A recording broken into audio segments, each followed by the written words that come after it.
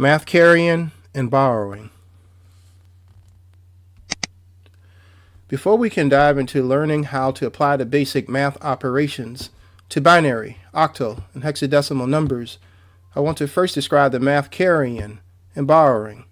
In this tutorial, I want to show how to apply the math carrying and borrowing to numbers in the decimal number system, since this is what we were taught in grades 1 through 12. Later, when we describe the basic math operations to binary, octal, and hexadecimal numbers, you will see that these same concepts also apply to the binary, octal, and hexadecimal number systems. What is a math carry? According to the Wikipedia, a carry is a digit that is transferred from one column of digits to another column of more significant digits. It is a part of the standard algorithm to add numbers together by starting with the rightmost digits and working to the left. An example of a math carry is as follows.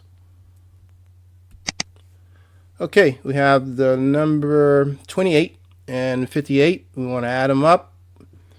So what we'll do is I always like to add a column so you can see the 8 and 8 are in one column. The column towards its left is a significant column.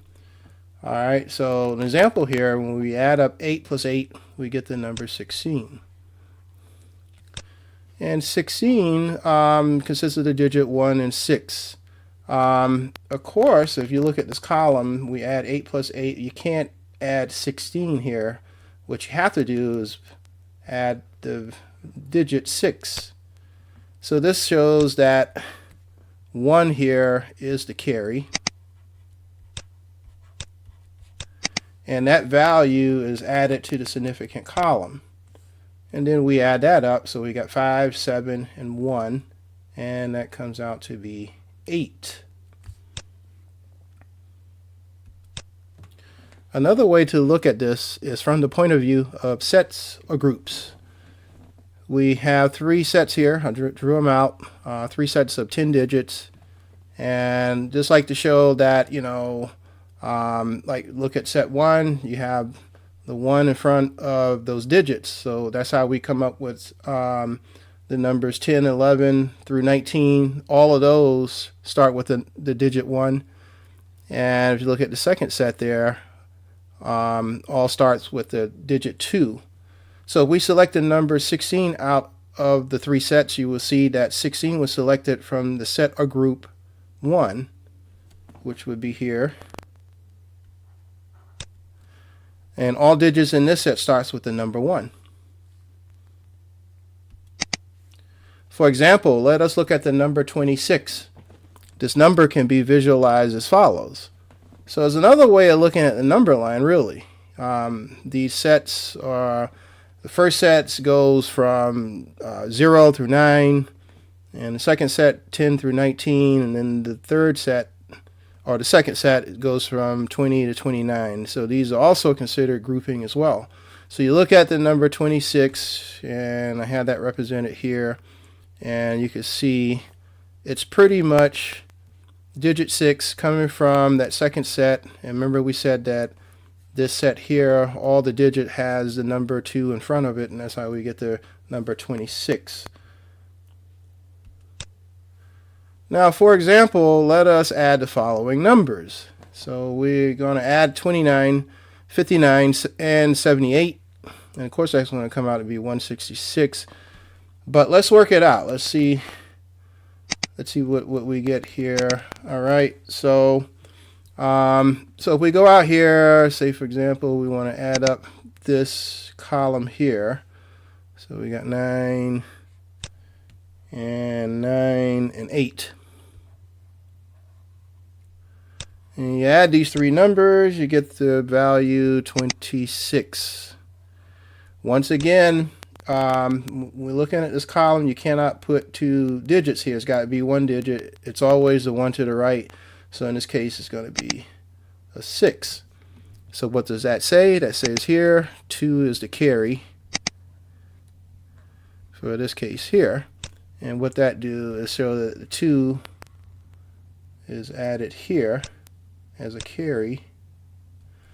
So now we have another set that we want to add up. So we got the 2, 2, remember 2 here, this one is the carry. Okay, 2, 2, 5, and 7. When we add those up, that come out to be the value 16.